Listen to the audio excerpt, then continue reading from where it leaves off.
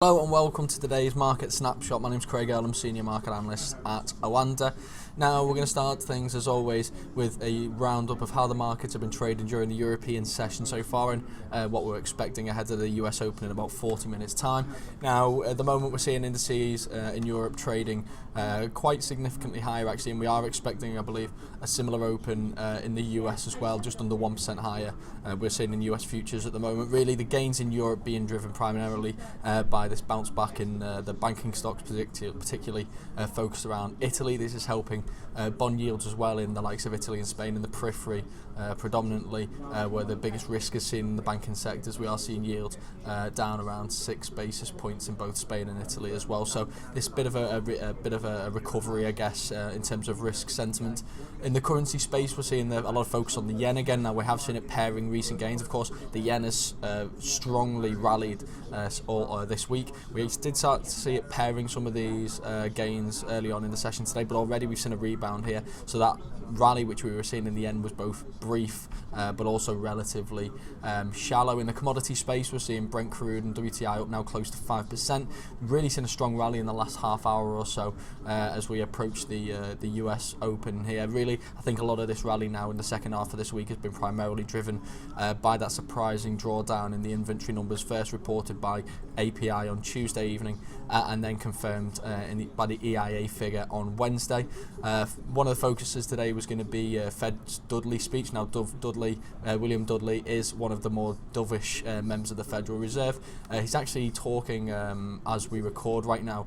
Again, typically dovish comments from Dudley here, saying that a cautious gradual approach to US rate hikes is appropriate. The risk of negative shocks is a key reason for the caution. The balance of risks is to the downside, including things like low commodity prices, tighter financial conditions and weak overseas growth. Really focused, I guess the biggest risks, confirming that the biggest risk for the US economy isn't really domestic. It is primarily external factors really holding back the tightening path for interest rates in the US. But like I say, he is typically one of the more dovish members of the FOMC, so therefore this isn't an enormous surprise here.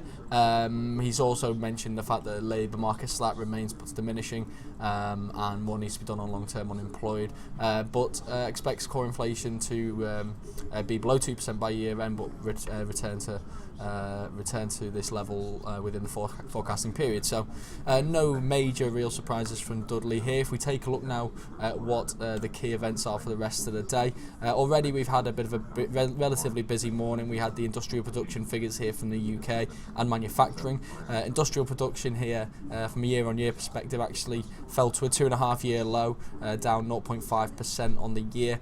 So really negative figures here from the UK. The 3-month average as well is at a 3-year low, 3 months to February. So quite poor figures here. I think there's two main factors really having a negative impact on the UK here. The first is demand. The slowdown in China and emerging markets is impacting demand.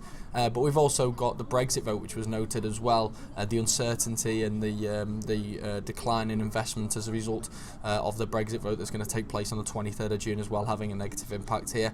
Still to come today, we have got NIESR GDP estimate for the 3 months to March from the UK. So this is effectively the first estimate that we have of UK first quarter GDP. We've got the Baker Hughes US oil rig count as well, which I think is going to be very important. Again, we did see that tick up slightly a couple of weeks ago by one rig, but then since then we have had a sharp decline again. We're at 362 last week.